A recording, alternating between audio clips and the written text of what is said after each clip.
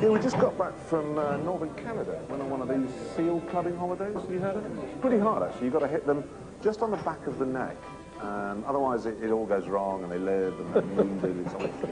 Anyway, when I got back, I joined the National Front. But I don't really have that much time to give to them, because obviously I work in the car industry. What?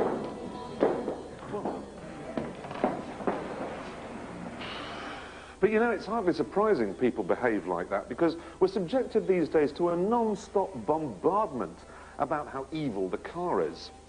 Turn on the TV, open a newspaper, listen to the wireless, and all we ever get is the case for the prosecution. Today, Friends of the Earth is beginning its own pollution patrol. Drivers of vehicles which cause pollution risk fines of up to £2,500. Traffic is a health problem. The level of car pollution during an average British summer can damage the lungs of healthy people as well as asthmatics. Ideally, leave the car at home on every possible occasion. Much of Britain has been on pollution alert today because of a build-up of smog.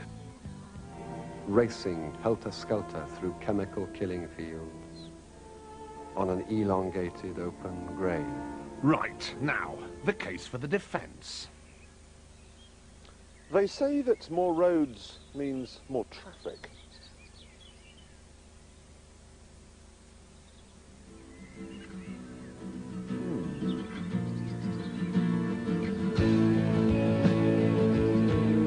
Here are some simple facts. Last year, Britain's car firms earned £12.8 billion in exports. 800,000 people work in the British car industry, making them and flogging them and mending them when they go wrong. 10% of ITV's revenue comes from car advertising. No cars, no Coronation Street. And no Top Gear either. There are 133 car magazines, a myriad of car accessory firms, race teams, car washers, garage attendants, driving instructors. No cars, no roads, a severely battered construction industry. But wait, here comes an environmentalist waving his arms about, saying he doesn't care. We're all going to be choked to death by the fumes. The ice cap will melt. Everyone in Holland will drown. Oh no! Shut up. In a polluted city like Los Angeles, the gases coming out of this Porsche's exhaust are cleaner than the air going into its engine. And how about this? One modern Fiesta produces less toxic nonsense than 20 old ones. Much of this has been achieved with the catalytic converter, a clever thing full of precious metals which goes in your exhaust pipe and turns nasty gases into harmless carbon dioxide. It's good news, except environmentalists say that carbon dioxide causes global warming. Even if global warming does occur, and some of the worst scenarios that people talk about are fulfilled up to a century from now, that the emissions from cars are not the most appropriate source to tackle. The higher the carbon content of a fuel, the more it contributes to carbon dioxide. I think basic sub-O-level chemistry will tell you that. And in particular, the most difficult fuel in that respect is coal. And the burning of coal in power stations to make electricity is still the chief source for carbon dioxide emissions, much greater than from cars, for example, in all countries.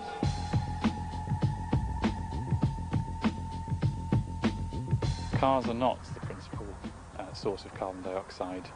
A poorly insulated house emits much more carbon dioxide in a year than an average car driven over an average distance. Now there's this huge tome called the Journal of Atmosphere and Terrestrial Physics. Tom Clancy, it is not, but it does say this: there is no man-made contribution to the so-called global warming phenomenon. But we're led to believe that cars wreck the environment in other ways.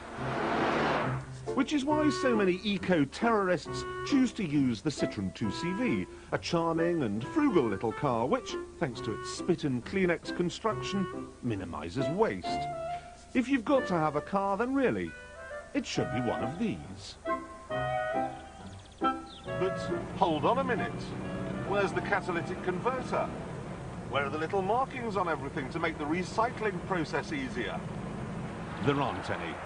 The 2CV should carry a government health warning. Research has shown that while it uses 3 times less fuel than, say, a Ferrari, it produces 3 times more pollution. If the world is a whale, then this is a harpoon.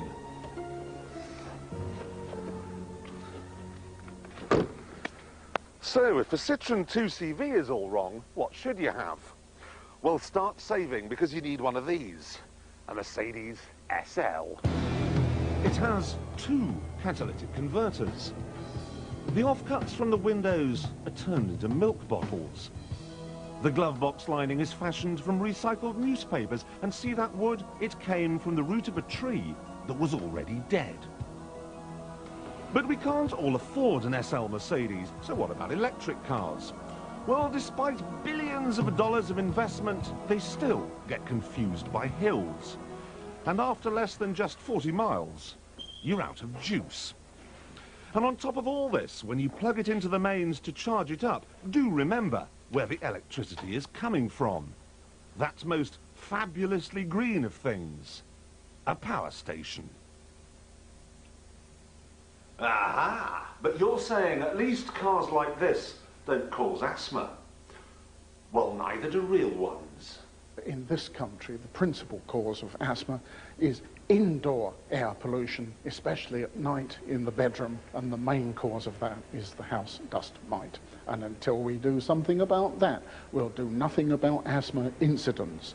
No one is going to say that car pollution or any other kind of pollution is good for asthmatics, but we have to distinguish between what triggers asthmatic symptoms in people who are already asthmatic and what causes people to be asthmatic in the first place, and that is not cars.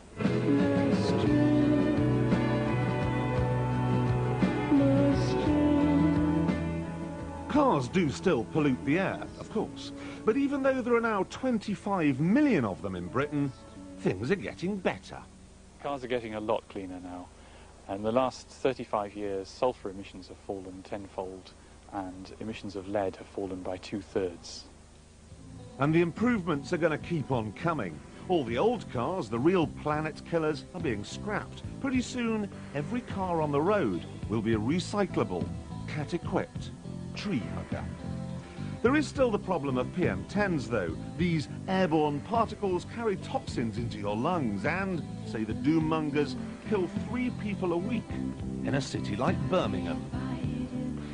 But reports have shown that modern petrol-driven cars are responsible for only 5% of PM10s. The real culprits, according to the boffins, are trucks and buses. I've got to tell you this too. Last year, the government raised £25 billion in taxation from Britain's motorists. Even after the road spending was taken care of, they were left with a profit of £18 billion. And that's enough to pay for 428 brand new hospitals. On that basis, cars, frankly, are a social service. I want to leave you with a sobering thought. 2 drops of petrol evaporating on a garage forecourt produces more pollution than driving this car, a 911 Turbo, from London to Blackpool and back to London again.